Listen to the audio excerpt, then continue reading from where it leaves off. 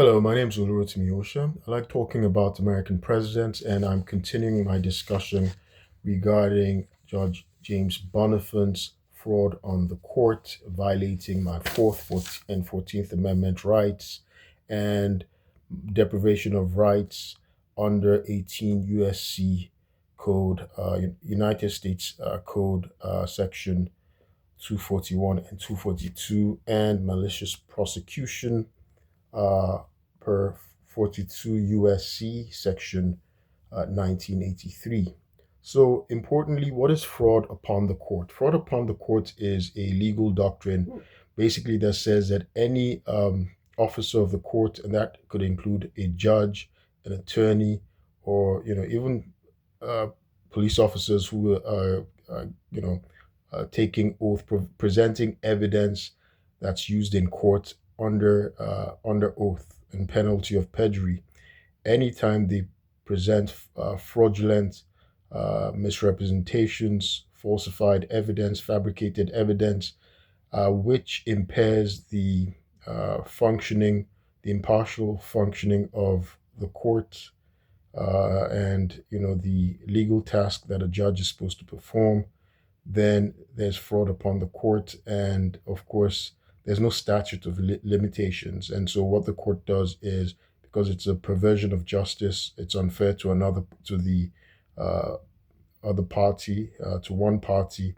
Uh, the judgment of that, the judgment of that court is vacated. It's reversed. It's vacated. Right. Um, Fraud on the court includes when one party has not been given an opportunity to present their case in court, or their witness is prevented from appearing in court, or the person themselves, the party, they've used deception to prevent the party from appearing in court, like the ex parte decision that occurred regarding the peace order, right? So uh, I'd never appeared for the peace order because there was a guy, Gurma Shumi, who had assaulted me, filed a peace order while I was in the hospital, and they prevented me. The state actually prevented me from leaving because they said the judge locked me up. And so this person got a peace order based on fraudulent misrepresentation. And this made it through the court system because it was in the charge statement. It was misrepresented by the police officer, DeMarcus Coleman, who also committed perjury, saying that I had been involved in an altercation on May 14, 2023. And then the emergency evaluation petition, which was an ex parte order as well, give, approved by Judge Bibi Berry, which Jide Iwari had filed and misrepresented himself as my uncle and made fabrications saying I was hallucinating, that I insulted him, and he misrepresented and said I said he would be shot. He didn't say I would shoot him. I said he would be shot, that I said my home's a military base, made a number of fabrications. Everything was fabricated. It was another ex parte order. I was never given notice. I was never given an opportunity to dispute it, to appear in court before the judge. I was not given an impartial judge. So that's all fraud of the court. So immediately when I was released, I'm jumping ahead. Today, I just want to talk about the documents that were fraudulent, because I've already talked about the fraudulent documents that the police provided to the hospital, and then the fabricated report, that evaluation provided by MedStar, which Judge Bonifant is on the board, and so should have recused himself. So at this point, when I was released, immediately my mom knew that fraud had been done. So my mom went to court in Nigeria. My mom's in Nigeria, so my mom goes to the High Court of Justice, and states that, well, she swears on oath and supplies it to the court that everything Jide Iwari wrote was malicious lies. They were malicious, they were lies, and they're all fabrications, right? And they're wicked, malicious and wicked. I think malicious lies and wicked. That's how my mom put it, and it was done on sworn on oath at the High Court of Justice in Ogun State in Nigeria. So this was supplied to the court, and then I also, of course, went myself to the judge, Judge Bibi Berry, and I filed a motion to vacate saying, okay, that there's been fraud upon the court, that everything this guy wrote was a fabrication, it's not my uncle, so that there's fraud upon the court. So at least you should have called uh, a hearing to really verify things. So because this EAP was supposed to be the basis for the police officers coming to my apartment. So there's been fraud on the court. And so then an attorney, Jide Rere, hired for me to represent me while I was in wrongfully jailed. He looked at the body cam and he said the charge statement by police officer DeMarcus Coleman was his words were that uh, there were significant. How do you know? Anyway, that basically was saying that it was distorted. There was, they were at variance. It was incongruent with what it was inconsistent with what the body cam showed, right? So that there were fabrications, that there were lies, misrepresentations. The charge statements misrepresented the facts that are available on the camera. And by the way, they had initially charged me with 5 first-degree assault charges, right? And upon the police, and all of them were dismissed when this attorney came on because he reviewed it. They were all dismissed. They were transferred from district to circuit court, but they now charged me with 1 second-degree assault, right? And they didn't provide bill of particulars, but they looked at the body cam. They couldn't find who I assaulted. So you can see right here. You can see the distance, right? If you just take a look, that's me on the floor, and I'm right in front of my apartment. That's my door, right? And you can see that guy. I suppose that's police officer Jeffrey Ray, the one who said I assaulted him. Because so now this was one charge, so charge of a second-degree assault. But you can see that I'm at least over 10 to 15 feet away from him.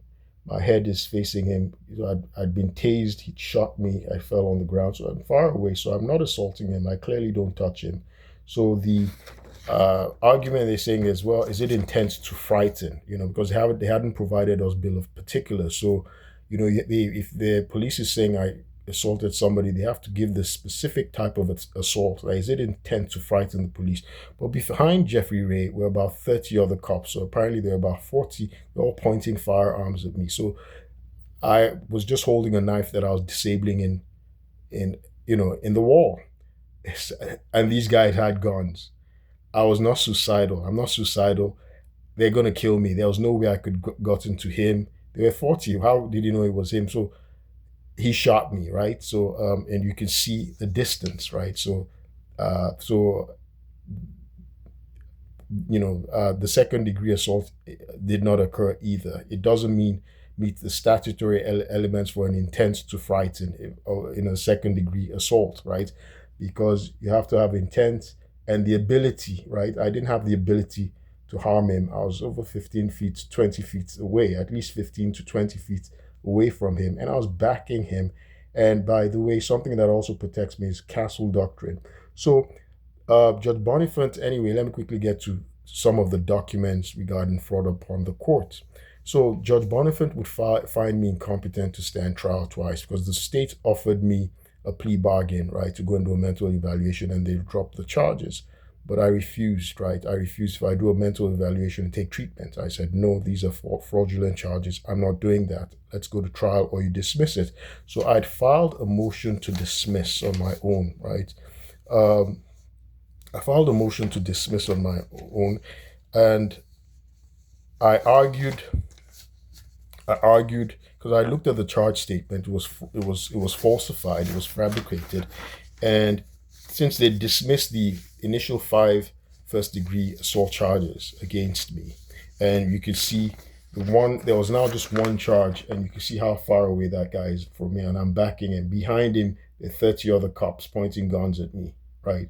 There's no way I can assault that guy. I'm in front of my home. I'm protected by the castle doctrine. So let me give you something that I did. I argued and also just to show you that, well, because they were asking me to go and do this mental health evaluation, And I was refusing because I'd be like, okay, that's a violation of my constitutional rights. That this was fraud in the first place, and my mom had already gone to court and told the officers, told a psychologist who was going to do a competency evaluation, say, that this is fraudulent, that this guy lied. Everything he wrote was a fabrication, and he's not even my uncle. That my family didn't know. Literally, I was kidnapped. Nobody knew where I was.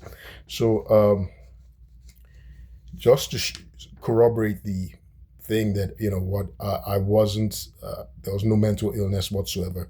So a Dr. Martin Brandis on July 25, 2024, Judge Bonifant approved this on July 31st, 2024.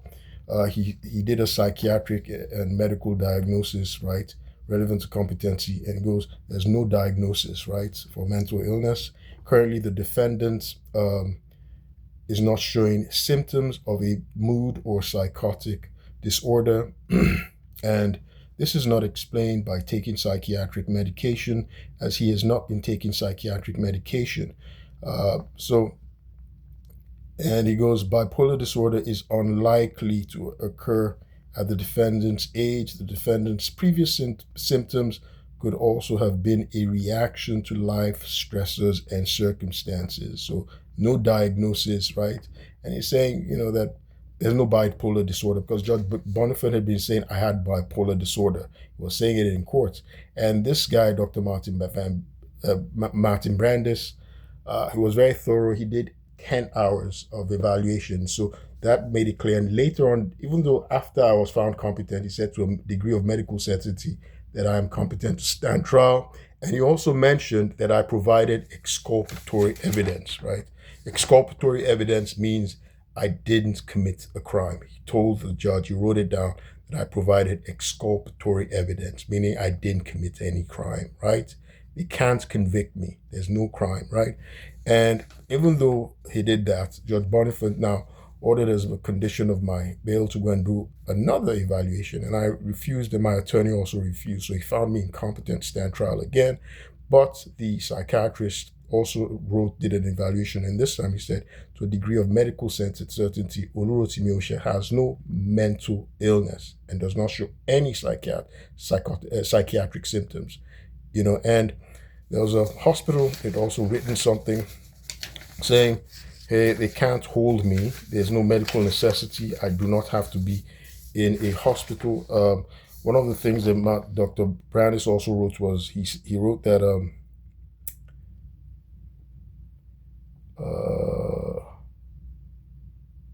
he was able to offer a plausible alternative version of the alleged events. So I offered an alternative version of the events for which he has been charged.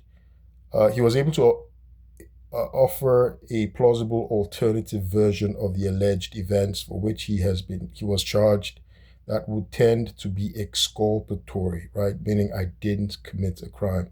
It is my opinion to a reasonable degree of medical certainty that Olurotimi Osha does have a rational and factual understanding of the nature and objective of the proceedings against him, and does have sufficient present ability to consult with his lawyer with a reasonable degree of rational understanding. So I was found competent to stand trial. And the hospital had written that, I didn't have a medical necessity. They couldn't hold me here. And the judge, because it was a judge who wrote something fraudulent. He'd first written something fraudulent, that he was committing me to the hospital by reason of a mental illness, right? At the time, he didn't give me the documents. I didn't know why he committed me. And of course, he blindsided me. They didn't give me a chance to dispute it. I wasn't given notice that he was going to commit me.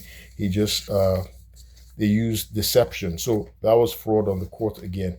So the hospital wrote that, dear Mr. Osha, your medical record has been reviewed through the hospital's utilization review plan. It has been determined that as of blah, blah, blah, the date, your continued stay at this hospital does not meet the requirements of the hospital's utilization review plan. So they're saying that I cannot be held at the hospital. I didn't have any medical necessity. I had to leave. So the judge released me at that time. But like I said, so he did 2 fraudulent incompetency and trial orders because he's the one he writes, that he sees me being delusional and everything. So it's not a mistake, right? Because these are psychiatrists who are stating this. And of course, he had a conflict of interest because he's on the board of MedStar, and MedStar Hospital fabricated a report and gave it to the police. And at the hospital, their psychiatrist was initially trying to, fortunately, the psychiatrist was a good psychiatrist, and she was, like, no, she evaluated and said, no, that's a jail. So they tried to coerce you in jail, right, to take medication, right? So the psychiatrist said, no, this person doesn't have a mental illness, and I'm not a danger to myself or to anybody. That was all she said. I'm not a threat to myself. I'm not a threat to the community, that they should release me. And that, of course, that's what they said. Because GDAY, the purpose of an emergency evaluation petition, when a judge orders it, they're saying you're a public safety threat, right? So all these psychiatrists were like, I'm not a danger, I'm not a threat. So in any event, I had also filed a motion to dismiss on my own on November 16, right? On November 16, I filed a motion to dismiss on my own. See, that's a title, motion to dismiss. I filed a motion to dismiss on my own, November 16, and I discussed it with my public defender. My public defender, because I'd fired my attorney, I'd gone to the NAACP, the NAACP Legal Counsel.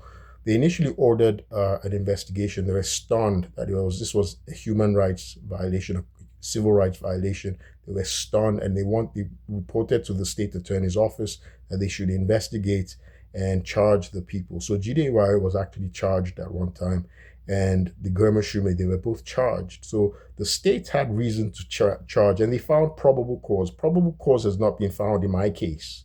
So by the way, the charges were not indicted. So when I refused to accept the plea bargain, and a judge, her name was Rachel McGuckian, she indicated on October 26, 2023, that if they didn't provide the bill of particulars, because my attorney at the time, Steve Mercer, was saying, he looked at the body cam, hours of body cam, all of the cops that came, and he said, miraculously, right, I didn't touch any single one of them. I didn't assault, not one of them. He doesn't see this assault they're talking about. That the only person who got assaulted in that raid was me, and in my own home. I'm protected by the Castle Doctrine, by the way. And so the Honorable Rachel McGuckian now asked that, okay, where's the evidence of the second-degree assault against the police officer that this person said? So the prosecutor at the time was Thea Zumwalt. So Thea Zumwalt said she didn't have an obligation to show her prosecutorial her strategy. She could leave it at trial, and the judge said no, that's inaccurate. That the defense has a right to plan strategy and not to be surprised at trial. That so if we don't know what the charge, what the exact specific particulars of the assault is, then we won't be able to plan our defense, and we can't be surprised at a trial. So we have a right to know what we are being charged with specifically, and so but the Thea Zumwalt now comes back on 10/31/2023 and piles on charges. So it was just 1 second-degree assault misdemeanor, right? Not specifying who it was, because there were 40 cops, right? How it occurred, right? Saying officer, what's his name, was one who was charged, and they were repeating these, what was now disputed. They were saying, I threatened to shoot Jide Warere. Jide Warere had it on recording. He recorded it several times. He recorded it over the phone. He said several times over jail recordings that he never said, I threatened to shoot him. It's in his emergency evaluation petition. I eventually saw it. The petition didn't say I threatened to shoot him. It said that I said if he came, he claimed that I said the Navy will shoot him. I'm not the Navy. First of all, that's a fabrication. But that's not a crime. I'm saying somebody else would harm him. I'm not saying that on my behalf. I'm not saying I'm the one who's going to harm somebody. Right? That's what he's claiming. He's claiming that I'm saying somebody else would harm him. So I'm looking out for his safety, but I'm not saying I'm the one who's going to harm him. That's what he's claiming. He's not saying that I'm the one who's going to shoot him, right? That was uh, conflicts with what the charge statement said. The charge statement said, charge statement by DeMarcus Coleman under penalty of perjury said, I threatened to shoot him twice. And that's disputed. There's no evidence of that. That conflicts, so inconsistent facts, right? So that's fabrication. Reason for that's fraud on the court. So evidence is being fabricated. So there's a litany of fabrications, right, going on. So that's fraud upon the court. What surprising was that Judge Bonifant himself would be committing fraud on the court intentionally, right? And of course, he had the conflict of interest that he was on the board of MedStar, so he should have recused himself because I'd filed a malpractice complaint against MedStar for medical malpractice. And he was actually trying to protect, he was representing MedStar.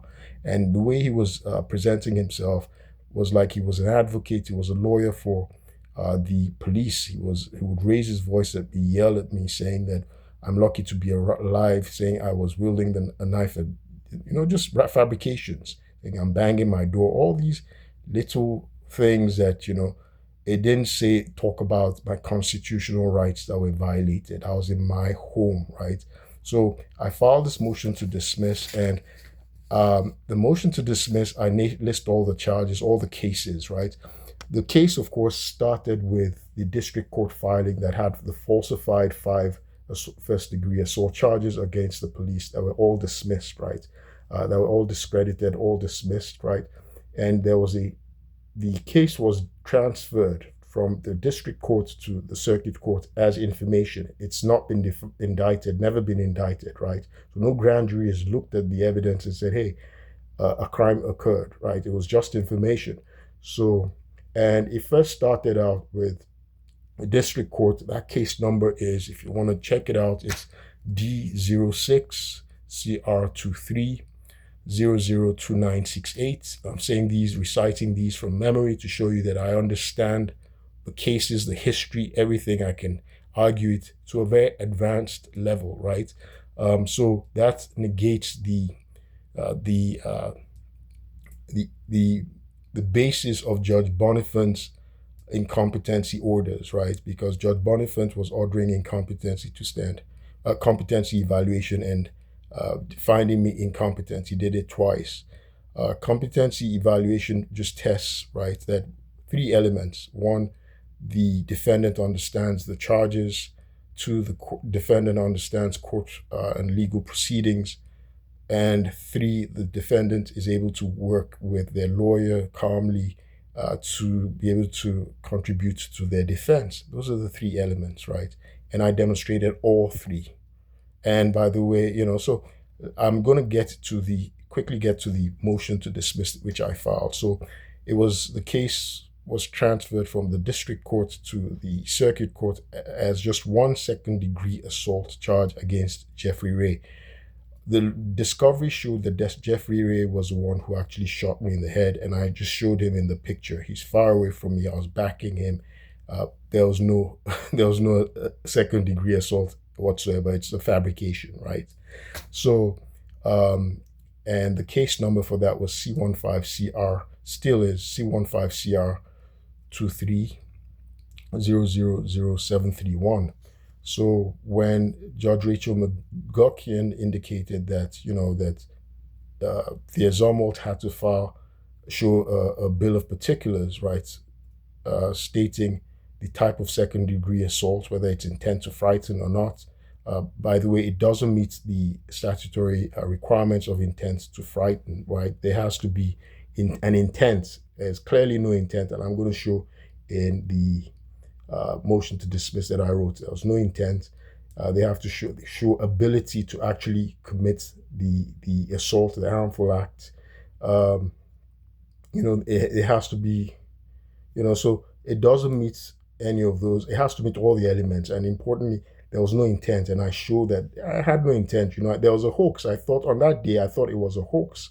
So I'm going to talk about the motion to dismiss, and I show the elements why this shouldn't have been filed in the first place. For a prosecutor to file charges so it's not malicious, there are three elements they also have to meet. One, there's probable cause. They haven't shown probable cause. Remember, that's why I did a video regarding probable cause. There was no probable cause at all. A probable cause is a reasonable belief. There's a well-grounded, reasonable belief of the suspect's guilt, that he's committing a crime, that the facts and circumstances, um,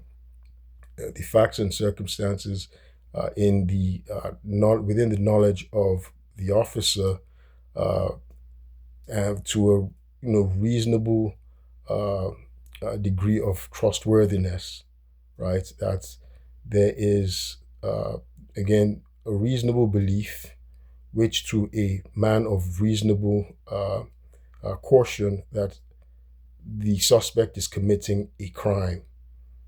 There were not. I was in my home. I was not committing any crime. I don't have the elements. I don't have the character of crime. I was a middle-aged man working for the federal government, waiting for an appointment. So I was set up. It was a swatting. It's been established that a swatting occurred, right? Um, a swatting occurred. I was set up. So So what happened was the prosecutor, Thea Zumwalt, now piled on charges. So they opened three different cases. That's piling on charges, which is sort of an element of prosecutorial misconduct as well. So again, the three elements for the prosecutor to be able to bring charges that are not malicious, that it's not bad faith or vindictive. There's probable cause, no probable cause there. And there's evidence enough to convict. There's sufficient evidence to convict. It's not there. My attorney it's been 3 years. Our public defenders have written, there's no sufficient evidence. There's nothing. They don't have anything, right, to convict. And then the third thing is it's in the interest of justice, right? I'm an innocent man who was a victim. It's a perversion of justice. It's not in the interest of justice to prosecute this case. So the Zumwalt, in any event, filed what's called a superseding indictment. And the case opened a new case. Instead of closing that case, filed a superseding indictment, C15 CR23001303. And now she added 6 counts, 6 charges, 3 first-degree assault charges, three second-degree assault charges, all misdemeanors, and then 1 disorderly conduct carries 60 days. And of course, each first-degree assault, it could carry a maximum of 10 years, even though it's, because second degree assault is very broad, right?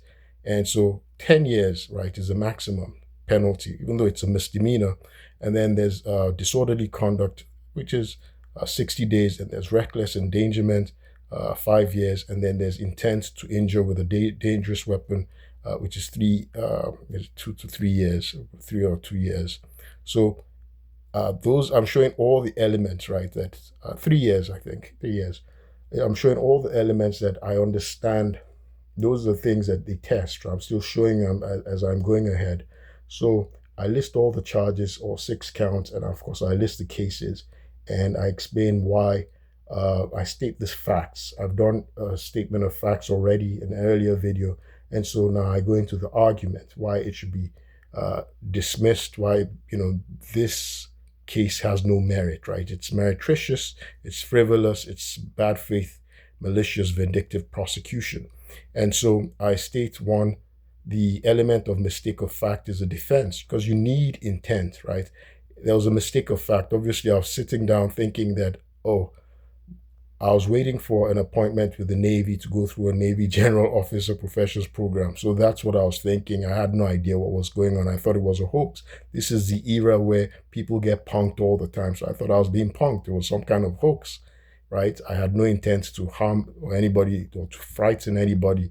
I was the one who was scared in my home, right? I was scared in my home. By the way, I had defense of the defense of castle doctrine, because I was in my home. Under Maryland law, you have the right to self-defense, even to injuring, even to causing the death of someone you fear is an intruder who's going to cause you bodily harm or death, including the police, That's castle doctrine in the state of Maryland. So long as you're not the initial aggressor, I was clearly not the initial aggressor because this was based on a fabricated hoax call following the May 14 assault on me by Jide Wariri and Shumi, in which they attempted to kidnap me and they both assaulted me. And I reported it to the police, but the police filed that Sergeant Charles Drengwit and a Henjin Chen, they filed a fabricated incident report.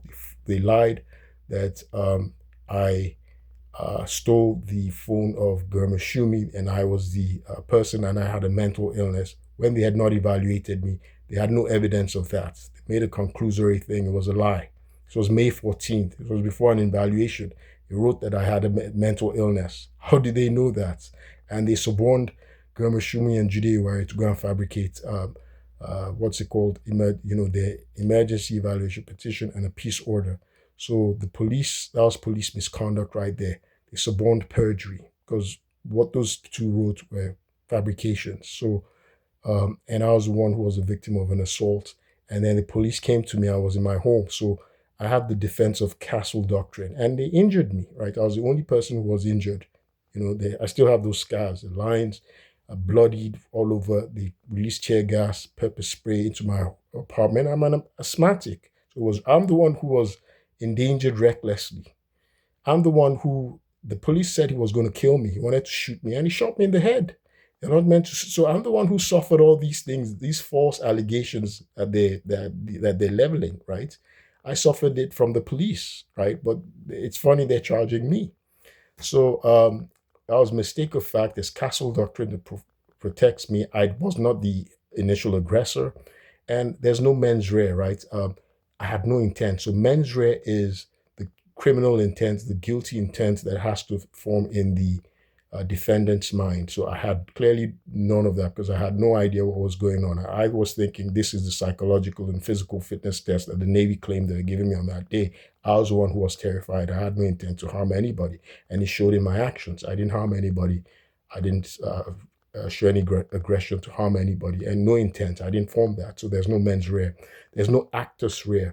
Before you can convict, you need those two elements. For assault, you need actus rea, the physical act that you actually hit somebody or, the physical act that you're coming up to them.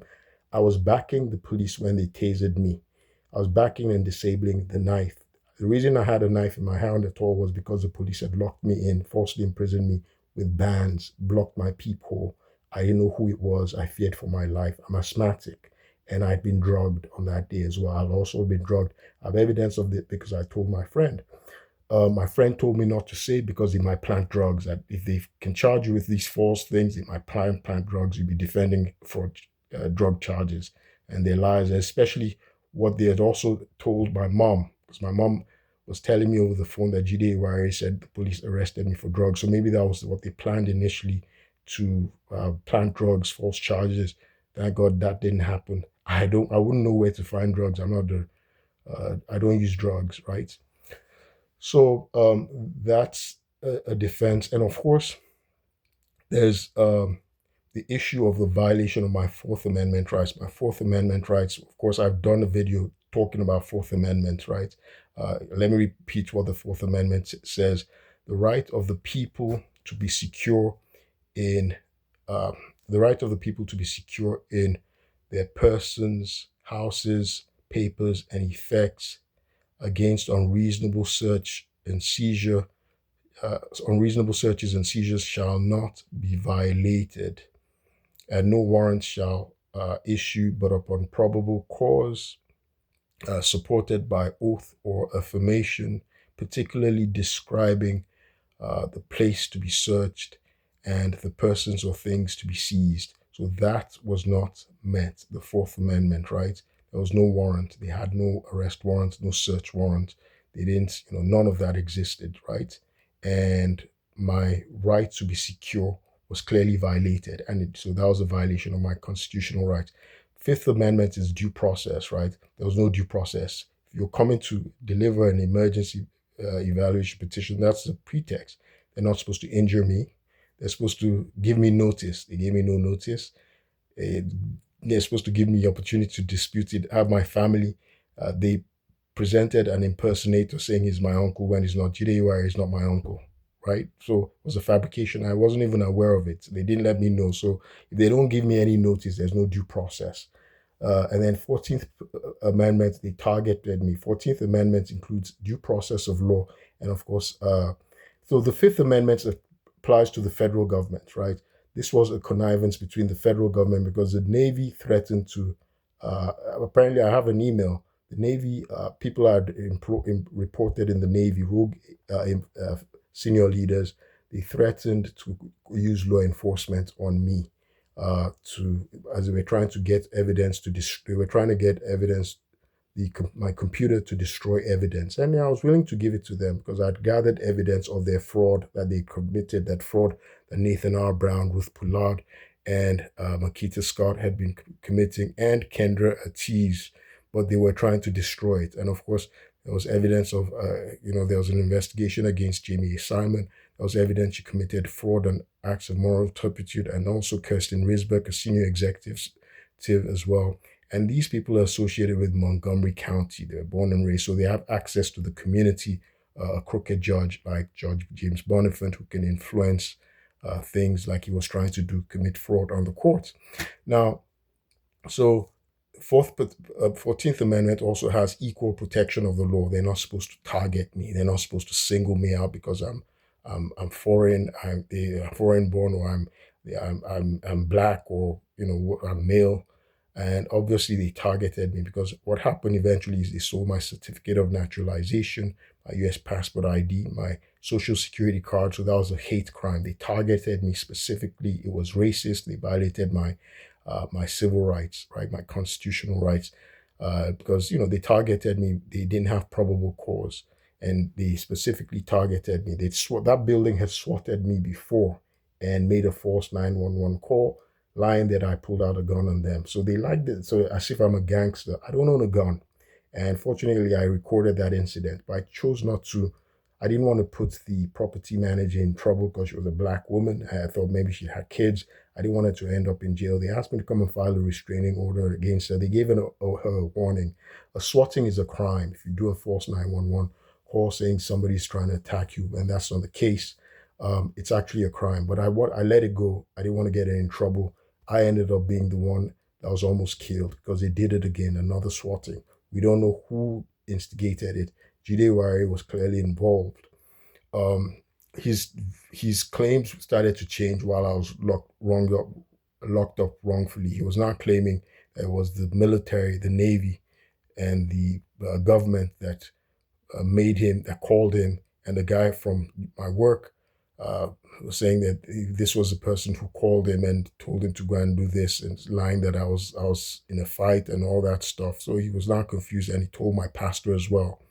So apart from that, there's also the element of fruit of the poisonous tree. So I was requesting in the motion that since there was an illegal search, right, the fruits, all evidence that they had or claimed to have regarding any attack should be suppressed, right? So remember, fruit of the poisonous tree from uh, Justice Oliver Wendell Holmes. His words, he said that where that it is a lesser evil that some criminals escape than that the government play an ignoble part, right, in an illegal search, violating the Fourth Amendment rights of people to be free from unfounded charges of crime and from illegal searches that violate their privacy, planting evidence or securing evidence illegally. And of course, remember, they had done that because of the police officer who came dressed like maintenance, coming to take pictures in my apartment. That was an illegal search, right? And the false imprisonment was an illegal seizure, right? They placed me on the false imprisonment, blocking my people, locking my door, preventing me from coming out. And then the surveillance using a drone, which Officer Jeffrey Ray confirmed in the administrative hearing, in which he committed a perjury as well. But he said that a drone was used to surveil me, and they got a SWAT team. So all of that, violated my constitutional rights, my Fourth Amendment rights. So I asked in the motion that all evidence should be suppressed. So you can see I had an advanced level of the facts. And Dr. Martin Brandis, the psychiatrist, read it. He said it was very reasonable, very advanced, very well reasoned. He read it. He said it made sense. That even him, that is not a lawyer, he could understand it and he could see everything, made sense. And so he said I was rational. I was competent to stand trial. But Judge Bonifant, even though he had this document, Judge Bonifant, when they gave it to him, because I said I submitted it, my attorney and I, my public defender, Desiree Hall, she said she wanted me to argue it in court. And she asked me to submit it. She supported it. But the judge refused for her to let me argue it. But um, it was brought to the judge's attention and he called it bizarre, and he said it was delusional. So when I was taken to the first hospital, right, when he found me incompetent and he sent me to the first hospital, that the doctor, psychiatrist said, hey, the statement of facts you say that you allege, it's totally different from what the police said happened in the charge statement. And if you don't say that what the police said is accurate and you debunk this, we're going to say that you hallucinated and you're paranoid. I said, go ahead, I'm not going to change my testimony. This is what happens. The police lied. They fabricated evidence. So that was fraud on the court. Eventually they agreed with me. They kept testing. They were very good psychiatrists. Some of them are very good, very candid. And I was like, look, we didn't know you. But the court lied, right? Judge Bonifant had said, I was hallucinating. I was delusional. He wrote out that I didn't know what was going on. Judge Bonifant never let me talk, right? So that's part of fraud on the court, where you don't let one party talk in court to present their side. You prevent them, and it causes some kind of partiality and injustice, right? The facts don't come out. So, because the other side, the state has been using fabricated evidence, and lies, and the judge had not allowed me to dispute it. Even the initial private attorney that was hired by Jide Warire, the man who fabricated the emergency petition, Jide Warire paid him about $10,000. Now, do you think Jide Warire would hire a lawyer, right, to show that he committed fraud, a felony, and go to jail? No.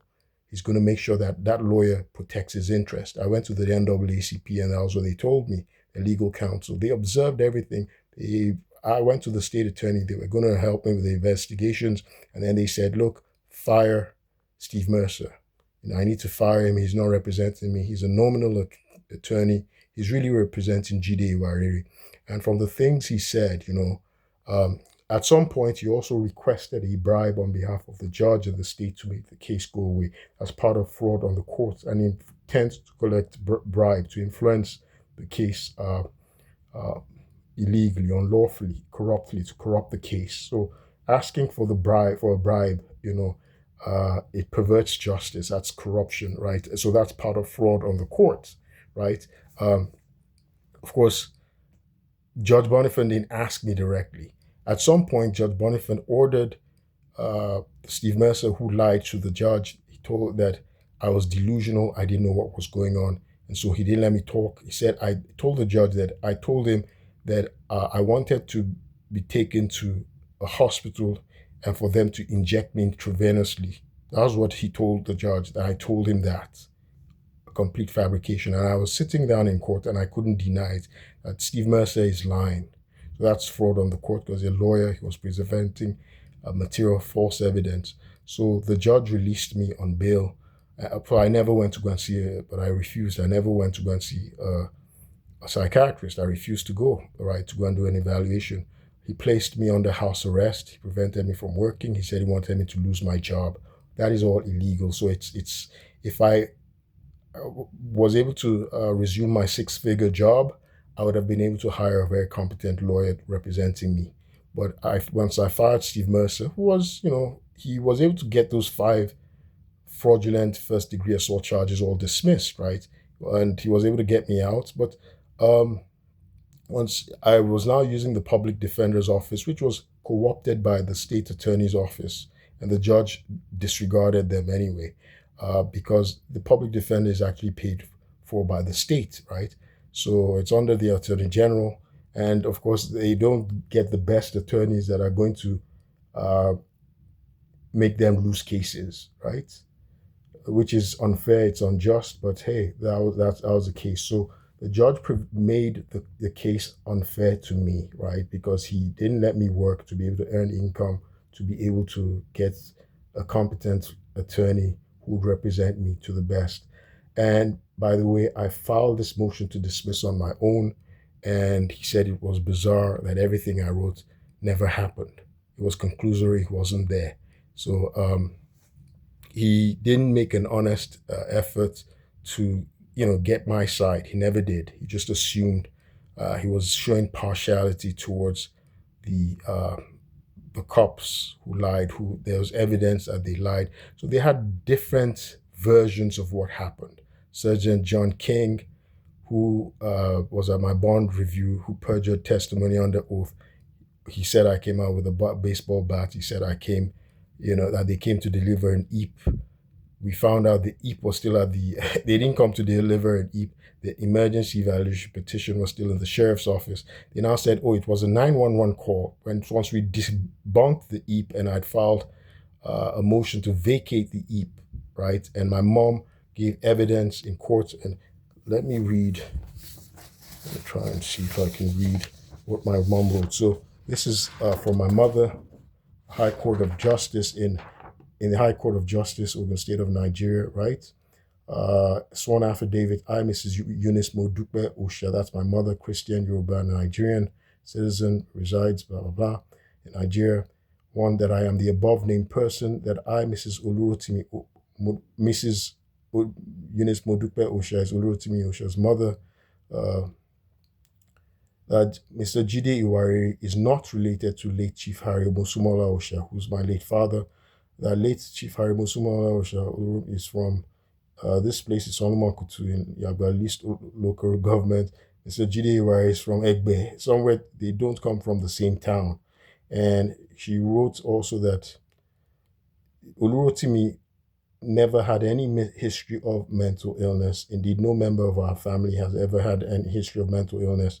That all what Jide Iwari filed against Olurotimi Osha are blatant lies, wicked and malicious, right?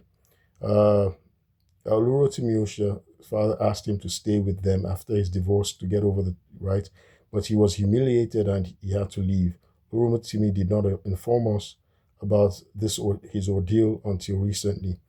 Jide Iwari and late Chief Osha never knew each other from Adam until my sister got married to him. So I am the link between them because he is married to my junior half sister. The late Chief Osha was not related to Jide Iwari. So you see, relationships are paternal in Nigeria, and we're Nigerians. My parents are Nigerian, so Jide Iwari is not because he's my mother's. He's married to my mother's half sister, who has had no relationship with my mother. They hadn't talked in over 30 years, right? Jide Iwari and her, they haven't talked in 30 years, So he can't claim to be my uncle, right? So my uncles are my paternal on my father's side, not this guy who is actually at best an in-law, but he didn't state that. There was a place in the there's a place in the emergency petition that provides an opportunity for him to list my relatives. And he wrote not applicable, even though he knew my mom. My mom's first cousin, right, is actually a psychiatrist in Maryland. He wrote not applicable. She didn't know where I was. When I was asking for her number, he refused to give me her number when I was at the hospital. So she wrote that late Chief Osha was not related to Jide Iwari, so he's not my uncle. And as she said, that all what Jide Iwari filed against Olurotimi are blatant lies, wicked and malicious. So I also asked for, because of the, as I said, fruit of the poisonous tree, illegal search, that all evidence should be suppressed. So if Judge Bonifant had done what I requested and suppressed all evidence, and this was November 16, 2023, if he had suppressed all evidence, if he had been impartial, because this was my right, and I filed it at the time of motions, right? That was the time that motions were due. Instead, he said it was bizarre, and he fabricated evidence, and he got this woman, and I'm going to do a subsequent video and talk about what the psychiatrist, the psychologist, the their fraud that they committed. So there was a lot of fraud. He was getting this Dr. Julie Smith, and they have a racket, and she commits fraud on the court. So she comes, typically, they do an evaluation. It's just simple questions to test if they're competent. But instead, my mom was present in the evaluation. And what she told my mom was totally different. So I'm going to do another video just discussing what the psychologist, my mom was present in every evaluation. Once I'd been released at MedStar, there was no one I talked to that my mom wasn't present. My mom was present by Zoom sometimes. My brother, who was very busy, my brother works in the Ministry of Information, Federal Ministry of Information in Nigeria. He was very busy, but he'd appear. My family would appear, my niece, so everybody, people were always present, and they recorded it.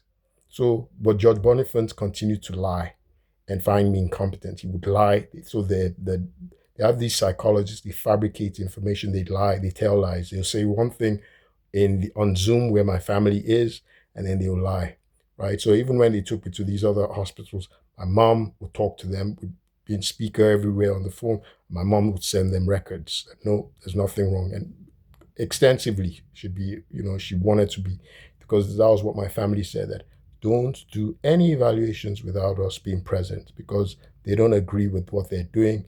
It violates our rights, and they're fabrications, right? If there's anything wrong with me, I should come to Nigeria. That's what they requested. I have doctored my family, they're medical doctors.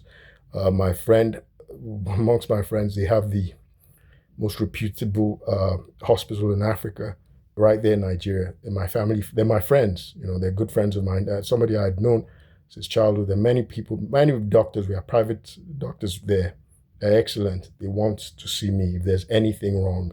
So my family is not convinced. I'm not convinced. I have the right to my autonomy, right to self-govern myself.